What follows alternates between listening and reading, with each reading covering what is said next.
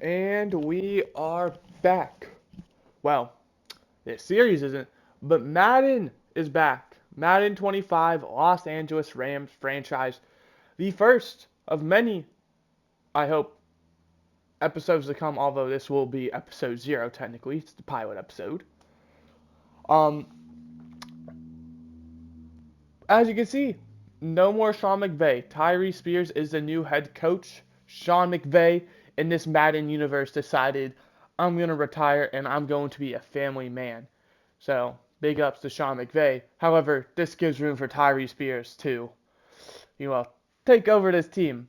Now, I forgot to record my audio for the first bit, so I'm re-recording now. And as you can see, the season goal is gone. I did pick 7 wins. I think we're going to be a cusp playoff team. We're either going to barely make it or we're going to barely miss it. But we have some storylines, media interviews. This is something new with Madden 25 is they've really gone into the storylines instead of, just what's your game plan going into this game. Coach, going into the season, what are your team most worried about? I would say our defense. Personally, I took a look at the roster beforehand. I'll show you after, this interview. So the defensive weaker, what part of the offense is the strongest? I mean, have you seen what we have? We have Cooper Kupp and Puka Nacua as receivers. And then we have Kyron Williams and Blake Corum. Oh, I didn't even pick that as a running game. I probably would have gone that, so it's fine. What specifically wide receivers? It's not even close. We have an X Factor and a superstar. What would a successful season look like? Our starting wide receivers combined for 175 catching. We'll have a 4,000-yard passing season. I think we're going to go for the catch goals. Now, obviously, we'll check back at the end of the season. All right. I did not promise them anything. I just said that's what I would imagine a successful season looks like. We have some new messages as well. This is something I'm going to be looking at a bit more often. As you can see, we got, someone talking about our schedule. We have a scouting report on the line. Tre'Davious White is someone who's being highlighted. You see David Bakhtiari there as a fresh start. Now, I'm not able to control that. It sucks that they signed him.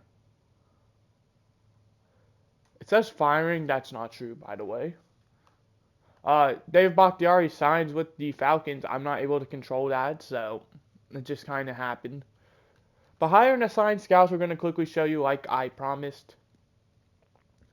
So looking at our scouts, as you can see, we do have all 5. I already set this up, so, unfortunately you're not going to get to see me do it. But we do have a 3-star national position expertise. I am going for the offensive tackle. I'm not worried about the interior offensive line. We have a 71, I believe, overall left tackle, and then a solid right tackle, but I believe he is in his mid-30s now, so, and Rob Havenstein. 2-star, we're at middle linebacker. I just praised the running back position. That's middle linebacker. And then, geez, I'm sorry. Then quarterback, defensive tackle, and cornerback are all the positions I'm gunning for. As we're going to quickly take a look at the prospect list, the number 1 players are 4 quarterbacks and a left tackle. You love to see that. You don't, but because I don't plan on taking a quarterback this year. I do plan on rolling with Matthew Stafford. So we're going to see how that goes. Obviously, this sucked considering 6 of the top 10 players are all quarterbacks. But what really does help is, as you can see, left tackle is the number 5 ranked position. We do have to scroll a bit, but then we have a little stretch of right tackle, left tackle at 13, 14, 15. And more than likely, that's where we're going to go, is taking a left tackle. Now, obviously, if Andrew Stevens is there, I'd imagine we're going to take him. Top 5 guy. I imagine it's going to be very hard for him to be a bust. But, we can never rule it out. And then we're going to do the most important part of this series is, well, this episode I should say, is take a look at the roster. As you see, Matthew Stafford, 83 overall. He is 36 years old, however. He's about to be an 84, though. And as you can see, he does have 3 years remaining on his contract. I do plan out, I don't know about that third year, but the first 2 years, I do plan on having him as the starting quarterback. Now, you're not able to see it, but tight end is actually Tyler Higbee. He is injured, so he's not here. But the offense is, in my opinion, the strong part. As you can see, 84 overall compared to a 79 overall. And the big thing is Andrew Jackson and Joe Noteboom as the left tackles, and Rob Havenstein as the right tackle. Because obviously, you'd think an 83 is not bad, but he's 32 years old with 1 year remaining on his contract. It just seems best to kind of move on from him after this season. Looking at the running backs is Kyron Williams, an 84 overall superstar, is fantastic. 24 years old. He should be, a great guy for our future, as well as Blake Corum, who is a 23 overall rookie. Now, I am going to be honest. I do know the dev traits of all of the Rams players. I did see a video about every dev trait. However, I only remember, the Rams because of how valuable that team would be, because it'd be my Madden team. So I believe every single Rams player, as I'll quickly show, defense should have 2, and then special teams kicker. All of them are star devs. So, we don't have any top guys. However, 4 rookies who will have, dev traits so they'll progress faster is nothing to complain about. Receivers, Cooper Kupp, 88 overall is fantastic. However, as you can see, 31 years old is not. 3 years remaining on his contract, so we should have him for a decent bit, assuming we keep him around. Puka Nacua is obviously the big one. He's a same thing with Kyron Williams, an 84 overall, a young guy with superstar dev. He should be a focal point of this offense for years to come, I imagine. And then there's some underrated guys who, Tutu Atwell being a 75, I believe he is going to a contract year, is nothing to complain about. And then Demarcus Robinson as the 4th guy is as well nothing to complain about. He's also going into the final year. So we kind of have a few choices because, as I just mentioned, wide receiver 3 and wide receiver 4 are both going into contract years. And none of them are like that good to where they'd be I must bring them back. Defensively is where I really like certain parts of this teams, and I really hate other parts. As you can see, these edge rushers right here, and even up here as well, I love. You got Byron Young, who is 26. Did I read that right? That's insane. I did not know he was 26. Okay, well, he might not be in my future after that. I knew he was a rookie last year. I thought he'd be younger. Jared Verse, star dev. Brandon Fisk, or Fiskey, star dev. Kobe Turner, rookie. Let's make sure he's not 26. What the heck, bro? Why are the Rams so old? 25, however, he is an 80 overall, so we might be able to work him into it. And then Cameron Curl and John Johnson, I really like as the safety rooms. John Johnson is getting up there in age. I believe he's 29, 30. Oh, 28. All right, still have a bit of goodness left in him then. And then the cornerbacks, taking a first look at it, you see an 88 and an 85. That's amazing. Tre'Davious White, I know for a fact, is on a 1-year deal. Darius Williams, as you can see, normal dev, 35 years old, or 31 years old, 85 overall. He's not going to be good for long, kind of like Matthew Stafford. And then special teams I really like because even though they're not the greatest overalls, they're both really young. So they're only going to get better in my eyes. Ethan Evans and Joshua Hardy. So that's kind of the roster we're working with this being our practice squad. We do have 4 empty players that we could maybe go after and sign. So who knows? And then the final thing I really wanted to do is just kind of go over some of the things that are more in depth with this series. Um, we're gonna quickly sort by who is going to be getting a contract next year, or who will be needing one next year. Tre'Davious White is obviously a big name, with him being an X factor and all. Then you have a guy like Jake Hummel, who's a 62 overall middle linebacker, who is just not really necessary. And looking at these, I don't know how many players we're going to re-sign. Obviously, I'm looking at all of these top ones. I'm not seeing any that we need to pursue. Even Tre'Davious White, and that one will kind of suck in my opinion because of how talented he is.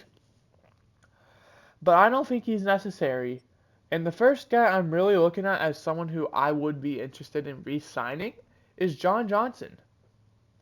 Because, like I said, he's 28, 78 overall. He is still salvageable for another 2, maybe even 3 years. And then we kind of scroll down here and we start getting into it. Ronnie Rivers, I don't think we will, simply due to how crowded the running back room already is. However, Christian Roseboom, only a 68 overall. I'd imagine his contract wouldn't be that expensive. And for 68 overall in that middle linebacker room is something I might not be able to say no to. Obviously, it's not a good middle linebacker, but if you saw our middle linebackers, they're both in the 60s, so we might have to just keep him around so that way we have someone. Tyler Johnson, Tutu Atwell, just going to quickly skip over you two. Demarcus Robinson, these are 3 guys who all are going to be getting or expecting contracts. That's wide receiver 3, 4, and potentially 5. He is 6 at the moment. And we might have to award them. And then Bobby Brown, Joseph Noteboot. I mean, this is going to kind of be the same thing where we might, and as you can see at the bottom, Jackson, AJ Jackson.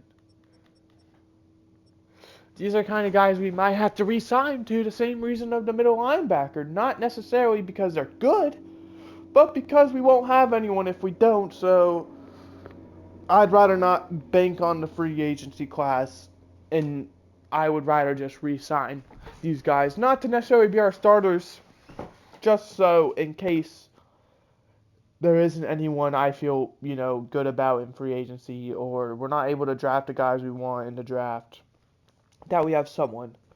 Because, I mean, we could just move on from them if we need to as well. Michael Holt, he might be re-signed because, as you can see, 73 overall, 26 years old. He's not terrible. He's definitely serviceable. He would be a bottom-ranked guy at his position, but I mean, he'd also be our backup. So if we're able to get him for super cheap, he'd be one of the better backups in the league. Neville Gallimore, same thing. He's not terrible. He'd be serviceable probably, but he is our backup, so he'd be one of the better ones. And then AJ Jackson we already talked about.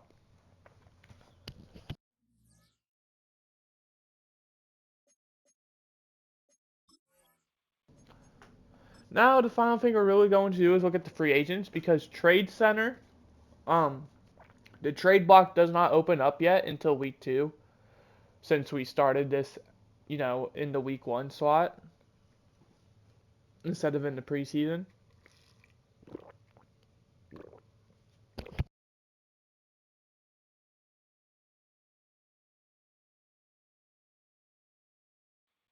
And as you can see, there are a lot of good players. Free safety Micah Hyde, wide receiver Michael Thomas, 2 guys in the 80s. I'd imagine they aren't going to be free agents for much longer. Unfortunately for them, though, it's just kind of positions I don't need. Yes, they would both be upgrades compared to who I have now, but at the same time, I'd probably be spending more money for a 1-year contract guaranteed because I don't see the point in re-signing a 33 who will then be 34-year-old or a 31 then to be 32-year-old who are only going to regress. And then you look at these other positions, I don't really think we need to go after any of these guys because none of these guys really offer that immediate help at the positions I'm looking for. Alexander Johnson is kind of the first guy I am considering because 76 overall for just under 2 mil is pretty tempting.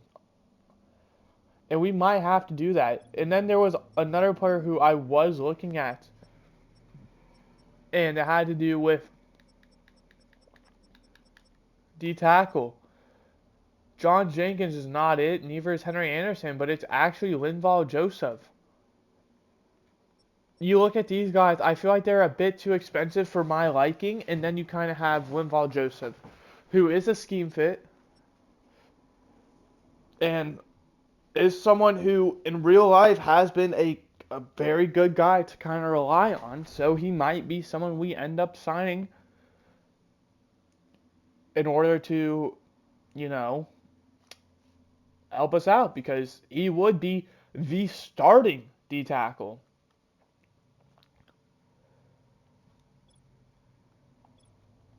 So, these are all kind of players who I'm watching, not just for this week, but for the weeks to come to kind of boost this team in the direction it needs to go in. And it might just have to be something that needs to be done because, I mean, you look at that's 62 overall. Obviously, that's, a different position. He'd actually be a 61. I mean, that's definitely a position we can kind of move on from. However, Tyler Davis, as I forgot to mention, is a rookie, so I don't think we'd go after D tackle. However, middle linebacker is quite the opposite. So we're going to actually do that right now. We're going to move Jake Hummel to our practice squad. It says we have 54 players. I don't believe that because, oh, we do. Well, I'm sorry, Alex Ward. We're going to cut you. Alex Ward is the full, or excuse me, the long snapper. So that's, why he's so low of an overall. And with that being said, Alexander Johnson, we are going to sign to a 1-year, pretty much $2 million deal in order to be our probably starting middle linebacker. It is a move, like I said, that needed to probably be done, and I think it is best that we do it.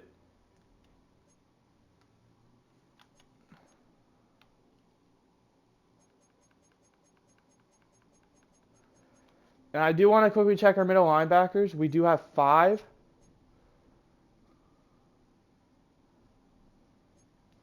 I'm sorry, Elias Neal. We'll put you on the practice squad, though, since we have that free space. And that's kind of going to be where our... Oops, wrong button. That's kind of going to be where our roster is to start this first season of Los Angeles Rams franchise.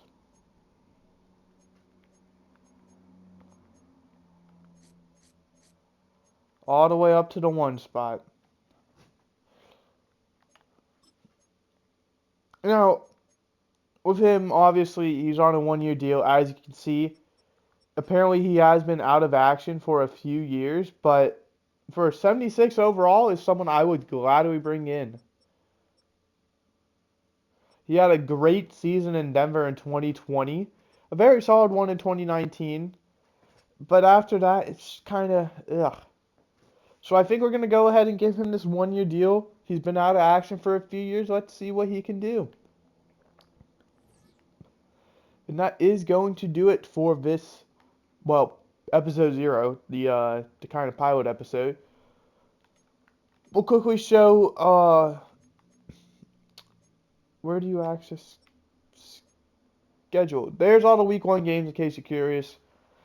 Now, in real life, I'm recording this after the Rams-Chiefs game, well, the next day.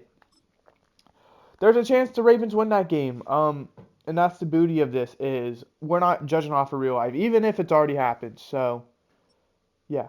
This will be our schedule for the next 18 weeks. A week 6 bye week does kind of suck because of how early it is. So, yeah. Let me know how you think we're going to do. If you think 7 wins is too low, too high, just right. Personally, like I said, I am expecting us to probably win 8 or 9 games. However, I am not confident that's enough to put us in the playoffs. That's why I went 7 wins. I hope you guys enjoyed. I had a good time. I will see you guys next time with what should be the actual first episode where we will go against the Detroit Lions. See you guys next time. Goodbye. Hope you enjoyed.